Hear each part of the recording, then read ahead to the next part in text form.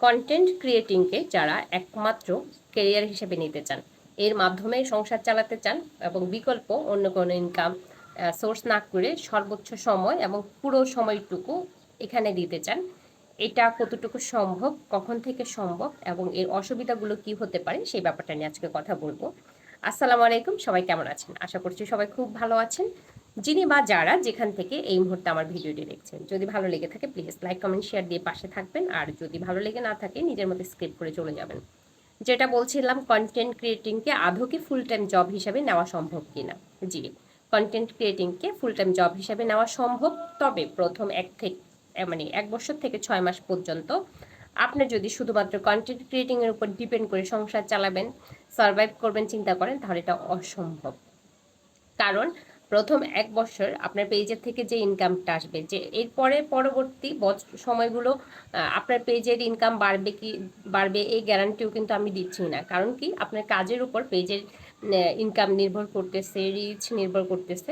তবে এর মাধ্যমে যে মানুষ সংসার চালাচ্ছেন না, লাইফ সার্ভাইভ করছেন না, একমাত্র ইনকাম হিসাবে কন্টেন্টকে নিচ্ছেন না, এমন কিছু না।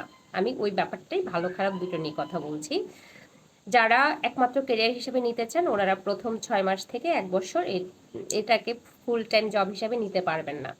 কারণ আপনার একটা ফেস ভ্যালু তৈরি হতে হতে সময় লাগবে। এখান থেকে যে ইনকাম আসবে, দেখা যাবে যে কোনো মাসে আপনার $1000 ইনকাম হচ্ছে, কোনো মাসে আপনার $100 তুলতে অনেক সময় লাগছে।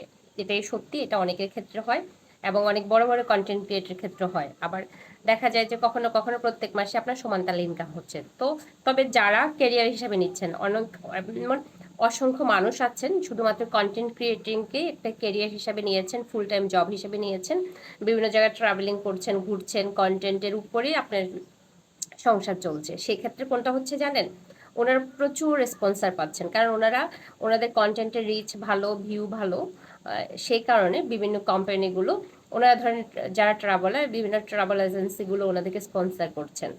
আবার ধরেন যারা ফুড ব্লগার, ওনাদেরকে করছেন, মানে স্পন্সর করছেন। সরি, আমার ভুল ত্রুটিগুলো ক্ষমা সুন্দর দৃষ্টিতে নেবেন। তো যারা এটাকে একটা ফুল টাইম জব হিসেবে নিচ্ছেন, দেখা যাচ্ছে যে অনেকে প্রমোশন করছেন, বিভিন্ন প্রোডাক্টে প্রমোশন করছেন, লাইভ করছেন। পুরো কাজটাই কিন্তু পেজ রিলেটেড, কারণ ওনার পেজে একটা ফেস ভ্যালু আছে, পেজে কাজ করছেন। এর মাধ্যমে ওনার যে ফেস ভ্যালুটা তৈরি হয়েছে, ওটার মাধ্যমে কিন্তু উনি একই রিলেটেড কাজগুলো পাচ্ছেন। বিভিন্ন কোম্পানি প্রমোশন করছেন, বিভিন্ন প্রোডাক্টে প্রমোশন করছেন, মার্কেটিং করছেন। তো সেক্ষেত্রে আপনাকে যদি এটাকে ফুল টাইম জব হিসেবে নিতে চান, সেই জন্যই আমি বললাম 6 মাস থেকে 1 বছর সময় লাগবে। আর যারা কন্টেন্ট ক্রিয়েটিং করে সংসার চালাচ্ছেন, ওনারা কেউ একটা কিংবা দুইটা পেজের উপর ডিপেন্ড না, ওনারা বিভিন্ন ক্যাটাগরিতে অনেকগুলো পেজ চালাচ্ছেন এবং এর মাধ্যমে ইনকাম করছেন। আশা করছি প্রশ্নটা আমি বুঝিয়ে বলতে পেরেছি। তারপরে যদি ভুল ত্রুটি হয়ে থাকে প্লিজ ক্ষমা সুন্দর দৃষ্টিতে দেখবেন।